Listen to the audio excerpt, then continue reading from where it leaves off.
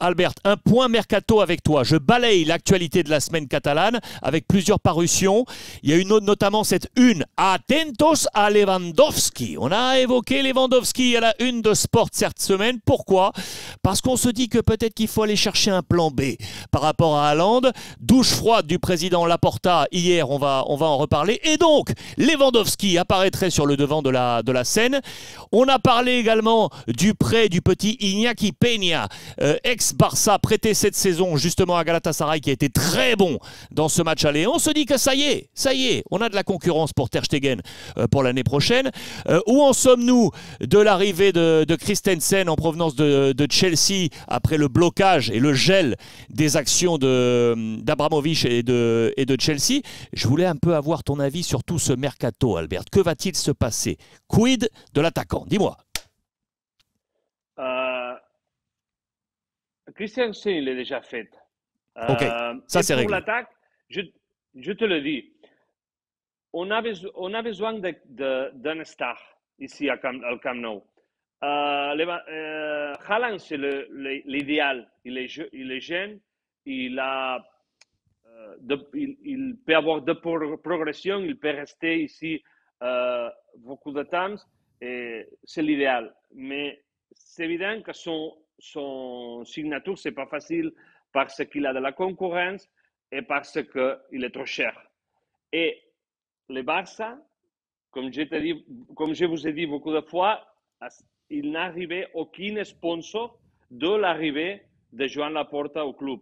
Et ça, c'est un vrai problème parce que les limites salariales, c'est bloqué et diminué.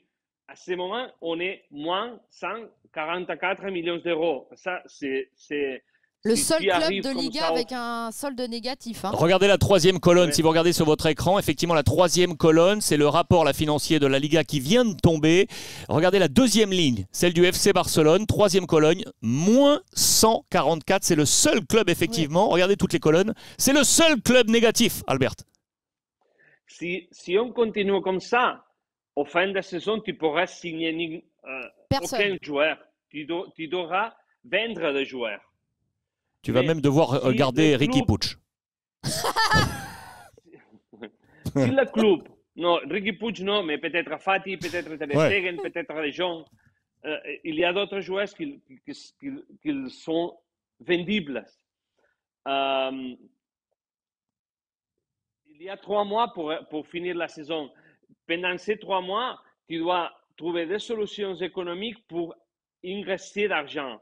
Et ça veut dire Barça Studios, ça c'est la télévision locale du club, l'accord avec CVC, que c'est l'accord qui propose la Liga, et je crois que c'est deux. Et le sponsoring aussi. Je me souviens d'une autre et je ne sais pas c'est Spotify. Spotify, bien sûr. Alors, il y a 3 options. Tu dois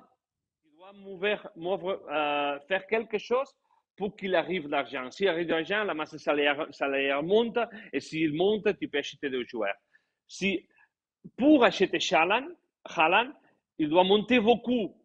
Et je crois que c'est très difficile. Mais il y a d'autres options, peut-être plus économiques, que c'est possible, ça. Et on parle de Lewandowski, que c'est possible, c'est un star qui te peut donner de nom, mais c'est vrai qu'il est âgé. Et ces jours-là, aujourd'hui, il a sorti une autre possibilité offerte aussi au PSG, mais c'est Salah qu'il va finir son contrat l'année prochaine. On va essayer de signer quelques stars. Ça, c'est une priorité. Mais Haaland, c'est difficile. Lewandowski, c'est une possibilité. Il est dans les marchés, c'est une possibilité. Albert, pour terminer sur cette passe mercato, tu as signé ce matin ce billet d'humeur, la tribune, comme tous les jours dans Sport, avec la tête du président du Paris Saint-Germain, M. Nasser El Khelaifi, la guerre Madrid-PSG qui monte d'un cran. Dans quelques minutes, on sera avec Pablo en direct de Madrid. Quel était ton billet du jour, là? Je raconte que la tension augmente entre un club et deux pour, bien sûr, Mbappé, pour que Florentino Pérez représente la Superliga, Nasser représente la UEFA, pour être simple. Et en plus, les matchs au Bernabéu,